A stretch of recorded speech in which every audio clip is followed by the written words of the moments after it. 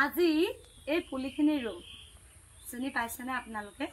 আমাৰ হদিয়াত একেবাৰে বৰষুণ কম নাই বুলি ক'বলৈ একেবাৰে নাই পথাৰ খাল বিল চাৰিওফালে শুকাই আছে চাৰিওফালে দেখিছো অসমৰ পানীয়ে পানী কিন্তু আমাৰ হদিয়াত নাই ভৰিকেটা ধুম বুলি খাললৈ যাবলৈও পানী অকণমান নাই আৰু আমাৰ গাঁৱত বেছিকে নাই নিচিনা পাইছো বেছিকে আমাৰ গাঁৱতে এবাৰ নাই নিচিনা পাইছো সেই কাৰণে ভাবিলো বতৰটো অকণমান বৰষুণ দি আছে লগতে অকণমান ভেন্দি পুলি ৰু বাৰী বেলেগৰ ৰুই থৈছিলো কিন্তু ডাঙৰ হ'ব পৰা নাছিলে সেই কাৰণে উখুলাই আনিছো এইখিনি ঠাই খাৰুৱা হৈছিলে এই খাৰুৱা ঠাইখিনিতে ৰুই দিম বুলি বতৰ যেহেতু বেয়া এনেনো ঘৰত বহি কি কৰো এই কাৰণে আৰু ভেন্দি ৰুৱাতে এতিয়া লাগি যাম আৰু ধুনীয়াকে ঘৰৰ যেহেতু ভেন্দি আমি খাই আছো বহু দিনেই হ'ল আৰু তাৰ পাছতে এইখিনি ভেন্দি ৰুই দিছিলো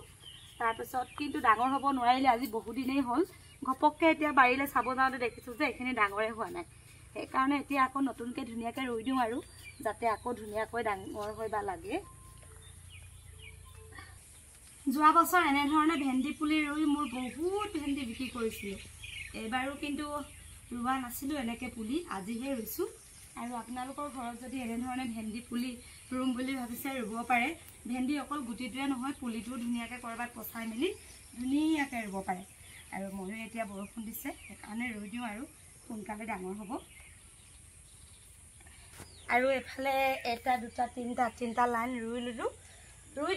তাৰ পাছত আৰু এতিয়া ৰুই আছো বহুত আছে পুলি বহু সময় লাগিব আৰু এইকেইটা হৈছে ভূত জলকীয়া খাবলৈ অনা পুলি কেইটামান গুটি কেইটামান পচাই দিছিলো বৰ ধুনীয়াকে পুলি কেইটা ওলালে আৰু মোৰ এতিয়া ভেন্দি ৰুই হৈ গ'ল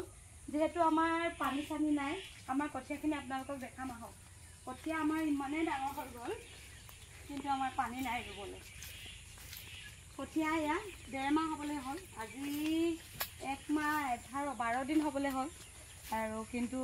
পানী নাই যে পথাৰত এটো পালো পানী নথকাৰ কাৰণে আমাৰ এবাৰ খেতি বাতি কি হয় ভগৱানেহে জানিব আৰু